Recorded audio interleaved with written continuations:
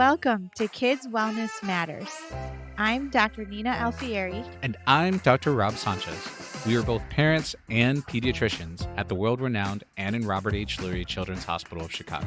On this show, we'll chat with a wide range of experts about caring for children from newborn to young adult, because kids' wellness matters.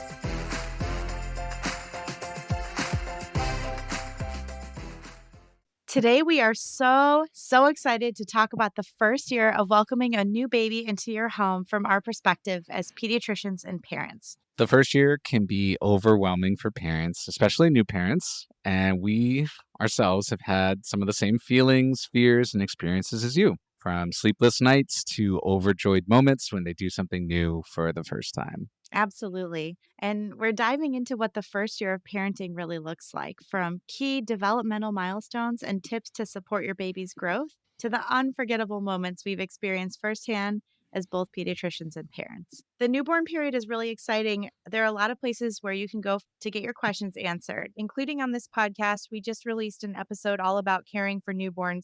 Head to the episode right before this one. We go through the entire newborn stage in detail and then get to jump into our next stage, which is the months of 1 to 3. You want to describe the stage a little bit for those first months 1, 2, 3? These months get really exciting. This is when babies really start to wake up more to the world around them. They're more alert, they're making eye contact, and they're showing signs of social engagement. And it's so sweet because they start to coo and smile. What are some milestones or things that you think we should be aware of? So by the end of that first month, babies might start to really briefly lift their head when they're on their tummy. They might start to respond to familiar voices, and that can be just a gentle smile or a turn of the head. In month 2, you can really expect to see that first real social smile come in, and it's the best because you've been working hard for them for for weeks at a time, and then they just start to smile and everything comes together. Cooing sounds start happening there too, and even by month 3, a lot of babies will turn towards sounds and start to visually track moving objects, and it's really awesome to see that. There's some things you can do to help your babies thrive during this stage. So, tummy time every day to build their neck and shoulder strength.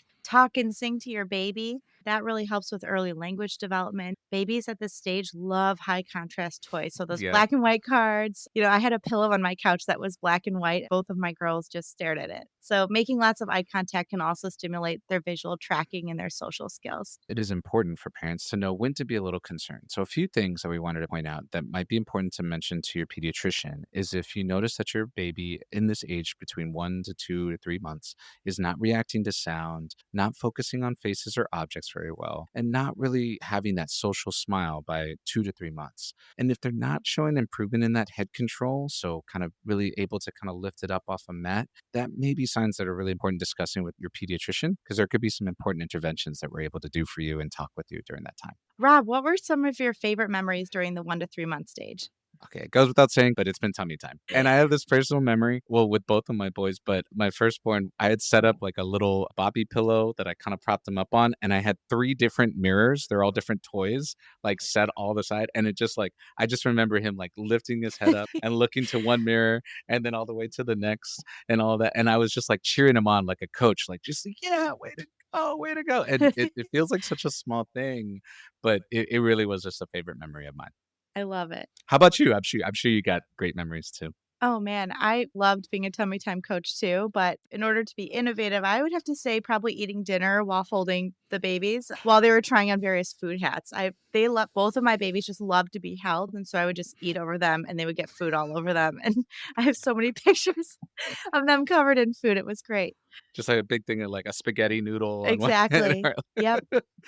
Oh, Mom's that's gotta great. eat. Yeah. Oh, absolutely. I mean, you gotta feed yourself. Yep. That's a perfect bridge into the next section, months 4 to 7, when they'll start looking at your food for themselves. Oh, So yeah. tell me a little bit about the 4 to 7 month stage. Yeah, so let's describe this stage. This is a period of a lot of exciting growth and discovery. This is where babies can become more coordinated and expressive, and they begin to physically interact with the world around them in a lot of new ways. So every day kind of feels like a new adventure because with each, ability that they develop, they're going to want to interact. And that could be using their hands and starting solid foods and all different types of habits and even starting to roll around, which is really key. What are some of those big milestones that you like to talk about with families during this stretch of time? Yeah, babies really start using those tummy time skills to roll over, sit with support. They start to chuckle and actually laugh out loud, which is hilarious. I remember we would do anything to make them laugh. And babies begin babbling around this time too. Around 6 months and sometimes a little bit earlier, babies will start solid foods. They'll learn to transfer objects between their hands. Babies also love seeing themselves in the mirror, and it's just a really fun time because they're really engaging more and more with the world. What are some reasons why parents should call their pediatrician in this age group?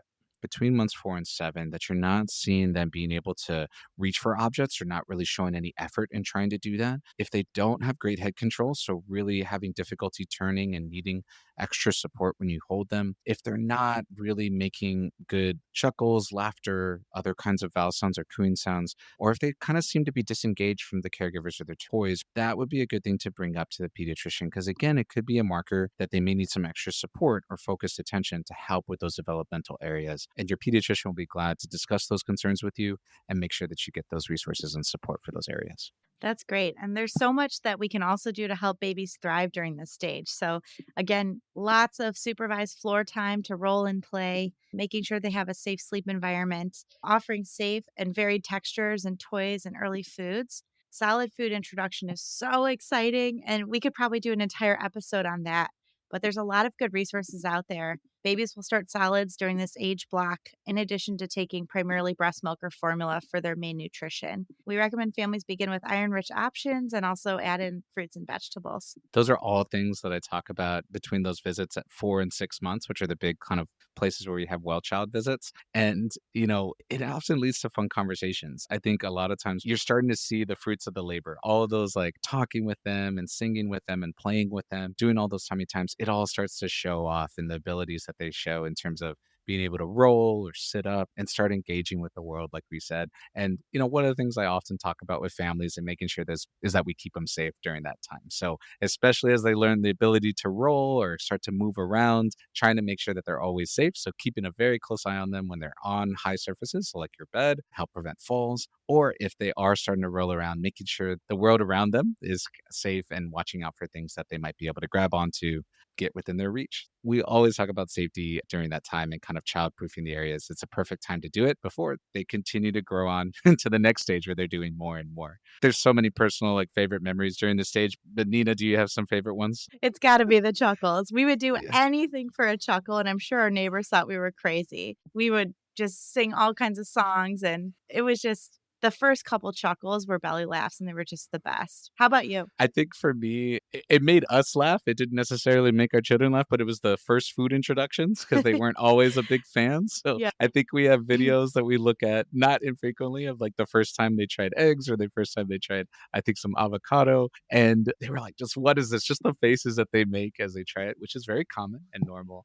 But I remember it just cracked us up so much. And it was very much one of those things of like, we're first time parents, we're figuring this out. Love it. Well, let's round the corner on the first year. There's a couple more months we have left, months 8 to 12. Tell me a little bit about the stage. Yeah, it's the home stretch, so let's talk about it.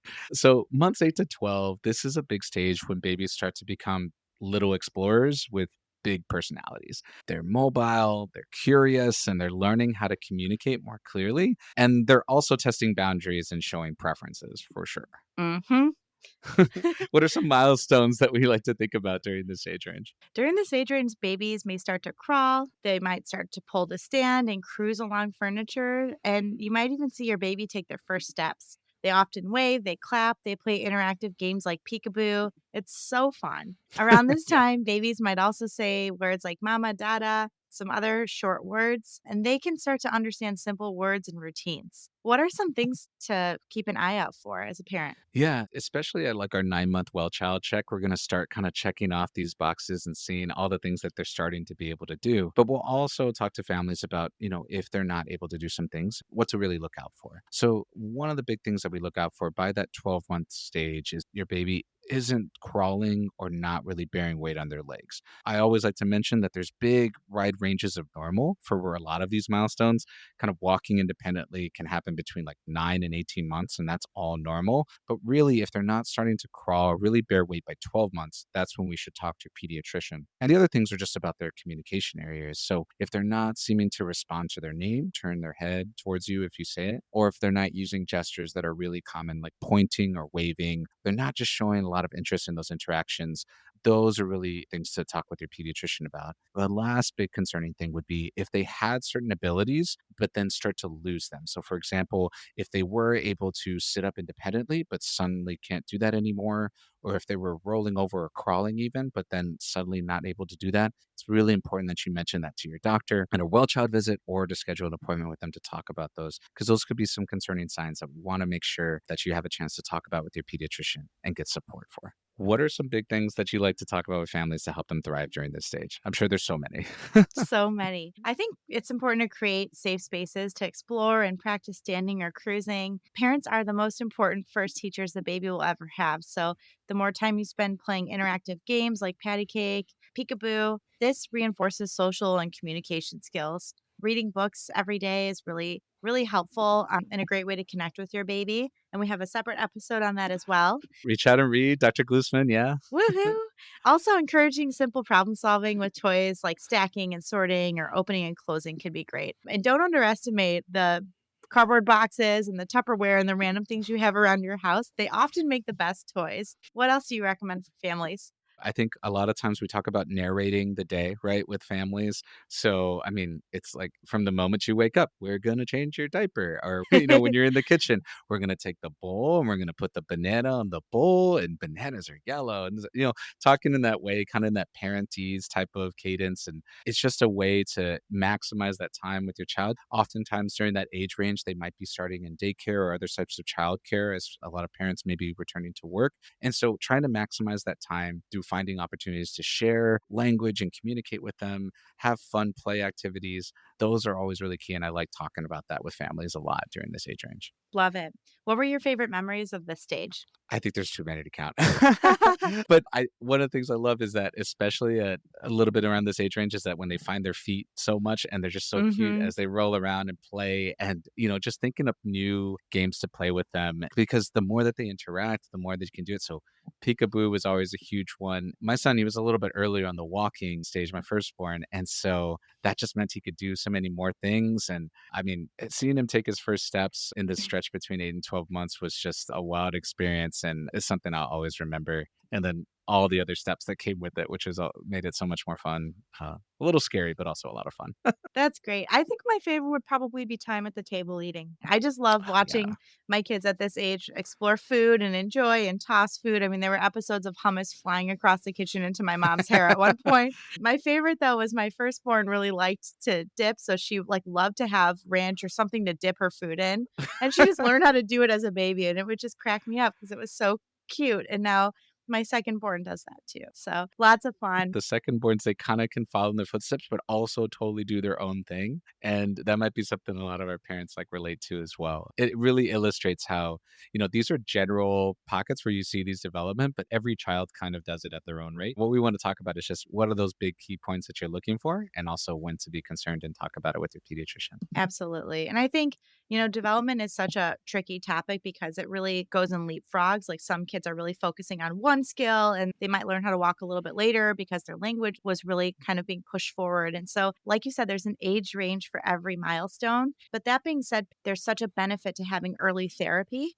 And there's lots of Yeah. great resources for therapies if you're worried about your child. Oh, absolutely. And then as you get to the end of this first year of life, you get to have our 1 year visit. And I don't know about you, Nina, but whenever I have a Oh, 1 year it's visit, the best. it's the best. And I always congratulate the parents that I'm there. I always say, hey, congratulations, you did it the first year. A lot of them like smile, and there's probably some sighs. I'm just like, wow, yeah, can you believe it? All that Yeah. stuff. And, we're coming up at the end of this episode too. And so, maybe we should congratulate ourselves a little bit. Hey, congrats to us. Yeah, for Although going through this it. was a pretty fast run through of a time of huge dynamic change. So, So if much. parents are interested in learning more, some of my favorite resources are the AAP's healthychildren.org website. I also love pathways.org for great developmental material and information.